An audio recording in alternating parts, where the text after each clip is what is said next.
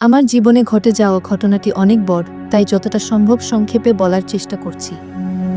রমজান মাসের একটি দিন আমরা গ্রামের মসজিদের নলকূপ নষ্ট হয়ে যাওয়ায় সবাই মিলে পুকুরে গিয়েছিলাম। গাছের নিচে বসে থাকতে হঠাৎ মনে হলো আকাশ থেকে একটি আওয়াজ আসছে। সেই আওয়াজ আমার কাছে খুব শান্তিপূর্ণ লাগছিল। হঠাৎই দেখি এক ব্যক্তি, গায়ে ঝকঝকে জামা, হাতে লাঠির মতো কিছু একটা। উনি আমাকে বললেন, ভয় পেও না, আমি তোমার কোনো ক্ষতি করব না। এরপর তিনি আমাকে একটি দোয়া পড়তে বলেন এবং আমি তা পড়ি। তারপর তিনি বলেন, তুমি আমার হাতের উপর দাঁড়াও। আমি দেখি তার হাত অনেক বড় হয়ে গেছে। হঠাৎ আমি এক রাজপ্রাসাদের মতো সুন্দর জায়গায় পৌঁছে যাই।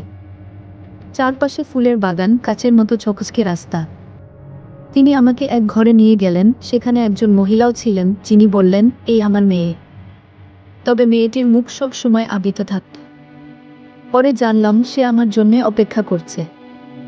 এরপর একদিন আমাকে বলা হয়, তুমি যদি দেখতে চাও তাহলে 7 বার তার চারপাশ দিয়ে ঘুরে একবারে মুখের দিকে তাকাও। আমি যখন সেটা করলাম, দেখি তার মুখ খুলে গেছে, আর সেই মেয়ে যাকে আমি স্বপ্নে দেখেছি। দেখতে অবর্ণনীয় রূপবতী। এরপর মাঝে মাঝে স্বপ্নে দেখা হতো আমাদের। সে বলতো, তোমাকে আমরা নিয়ে যাব। একদিন স্বপ্নে দেখি সে আমাকে নিয়ে গেল এবং আমি আর ফিরে এলাম না। আমার পরিবার বলে, আমার একমাত্র মেয়ে আমাদের কাছে আসছে, সেই মেয়েটি।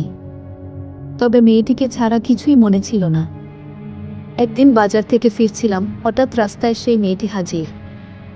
সে বলল, চলো তোমাকে নিয়ে যাই, কিন্তু আমি তখন একটু চিন্তায় ছিলাম। পরে আমি একজন পীর সাহেবের কাছে যাই, তিনি আমার শরীর বন্ধ করে দেন 2-4 বছর পর্যন্ত। কিন্তু সমস্যা এখানেই শেষ হয়নি। এখন রাতে ঘুমাতে পারি না। তার মুখ ভাসে চোখের সামনে, শরীর শুকিয়ে যাচ্ছে, মন বসে না। কি করব কিছুই বুঝতে পারছি না।